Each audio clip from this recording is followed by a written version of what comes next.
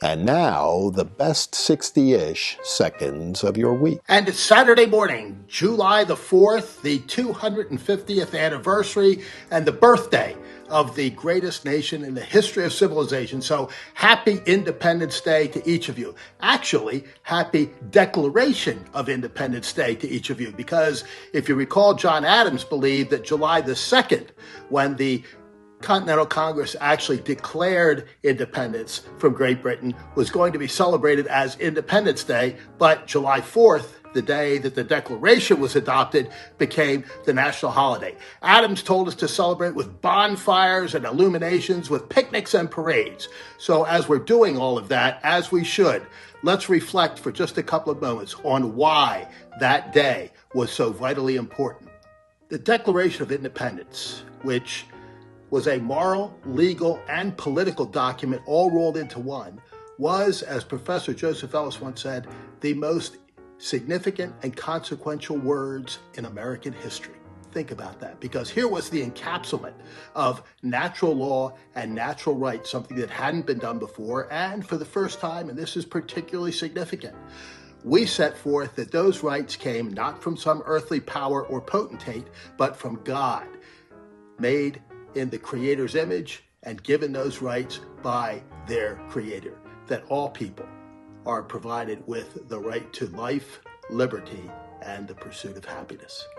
And so for a little historical context, let's remember that it really all began with a war, the so-called French and Indian War, more properly known as the 7 Years' War, had left Great Britain with serious war debt, and they saw a great opportunity to collect a lot of that revenue from the colonies. After all, they thought the colonies owed them for protecting them from other invaders.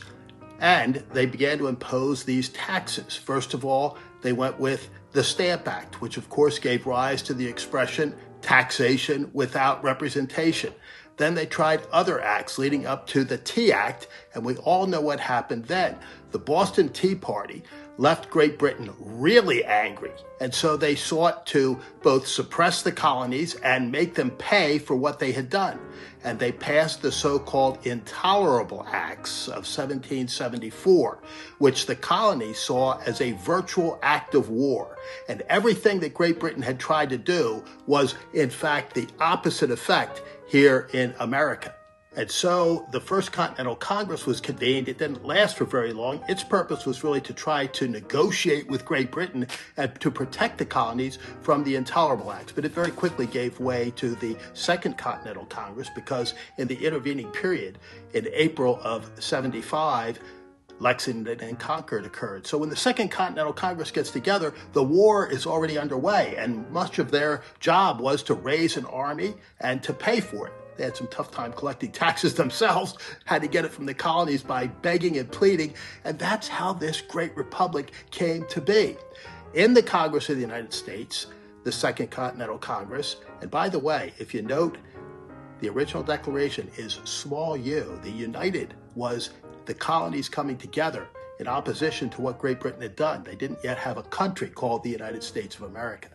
And while the war is already underway, fighting for our independence, the independence of the United States was no certain thing by declaration of the Congress. In fact, there was great division, and even among those who supported independence, they hadn't gotten instructions from their states yet or from their colonies, and they needed that in order to vote on the floor of the Congress. So they had this belabored process, which ultimately ended up with 5 members.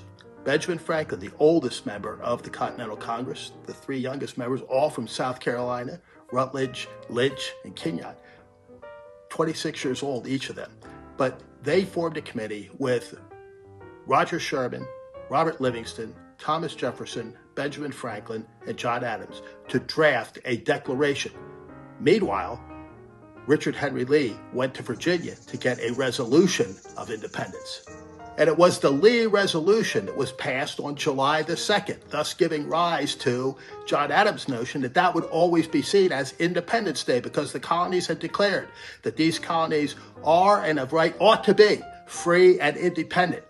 The Declaration was adopted on the 4th. Many people think it was signed on the 4th, but in actuality, very few people signed it on the 4th. It wasn't until August that most of the signers put their signatures on that great document. John Hancock, of course, was reported to have said that the reason his signature was so big and bold was so that King George could see it without his spectacles.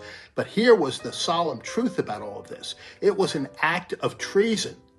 Had the colonists not won the war, each one of them would have been tortured and killed. As Benjamin Franklin said, they had to hang together or they would certainly hang separately. A couple of interesting footnotes about the signers of the Declaration. There were 56, not 58.